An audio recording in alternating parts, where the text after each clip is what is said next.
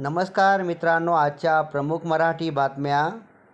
11वी प्रवेशासाठी हमीपत्र ग्राह्य धरणार.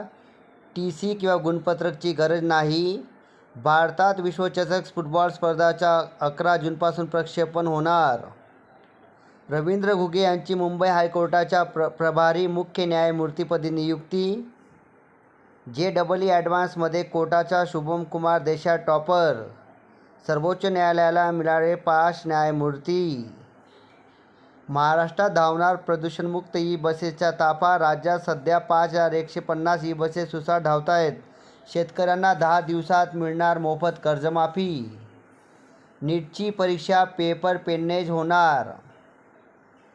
11वी प्रवेशासाठी RTE प्रवेशासाठी अजून एक संधी. 13,000हून अधिक विद्यार्थ्यांना संधी मिळणार.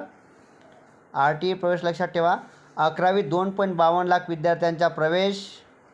आजपासून सेट परीक्षेची अर्ज प्रक्रिया सुरू.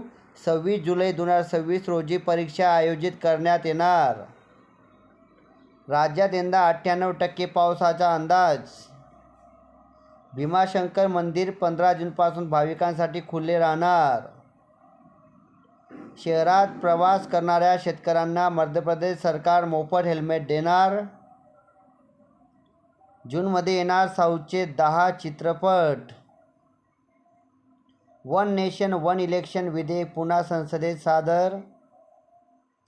तुंबाडची मंजुळा चित्रपटात मकरंद अनासपुरे यांची एंट्री. प्रधानमंत्री बाल सुरक्षा पुरस्कारासाठी 31 जुलैपर्यंत नोंदणी करता येणार.